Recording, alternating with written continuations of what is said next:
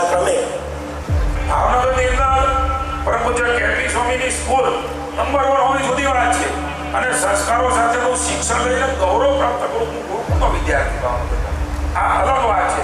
અનેક અધિકારીઓનો મળ્યો છે જે ગુરુકુળમાં ભણ્યા હોય, IPS IAS પણ થયા છે.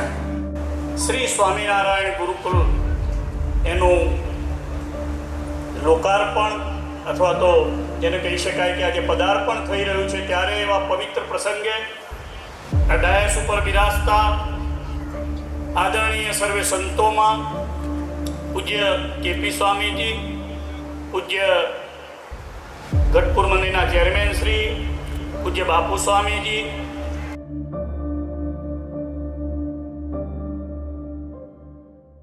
આજે એવા આધુનિક વિદ્યાસભર વિદ્યાલય ગુરુકુળનો શુભારંભ ડભોઈની આ ભૂમિ પર થઈ રહ્યો છે. સ્વામિનારાયણ અન્ય ભારતીય સંસ્થાના છાત્રાલયોથી ગુરુકુળ પરંપરા આજે અનેક વિદ્યાર્થીઓને ભણતરની સાથે જીવન ઘડતરના પાઠ પણ શીખવે છે.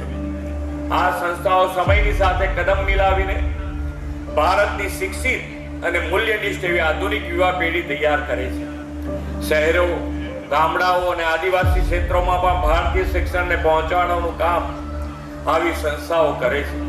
સ્વામિનારાયણ સંપ્રદાયના ભાવનગર ગુરુકુળની આ ભગીની સંસ્થા સમૃદ્ધ રાષ્ટ્ર નિર્માણ માટે વિદ્યાર્થીઓમાં રાષ્ટ્ર પ્રથમના ભાવ સાથે ડભોઈમાં કાર્યરત થવાની છે. આ ગુરુકુળ વિદ્યાર્થીઓને શાસ્ત્રોની સાથે, પરિવાર સાથે અને જીવનના નૈતિક મૂલ્યો સાથે જોડીને સનાતન ધર્મના મહાન સિદ્ધાંતોનું પોષણ કરશે.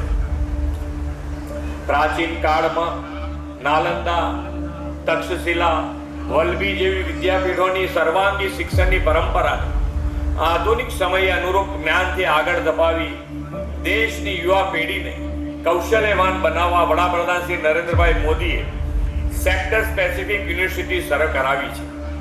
વિકાસ બી, વિરાસત બીના તેમના વિઝનને સાકાર કરતા વિવિધ કૌશલ્ય વિકાસ અને મૂલ્ય શિક્ષણ આપવા તેમણે નવી શિક્ષણ નીતિનો દેશભરમાં અમલ કરાવ્યો છે.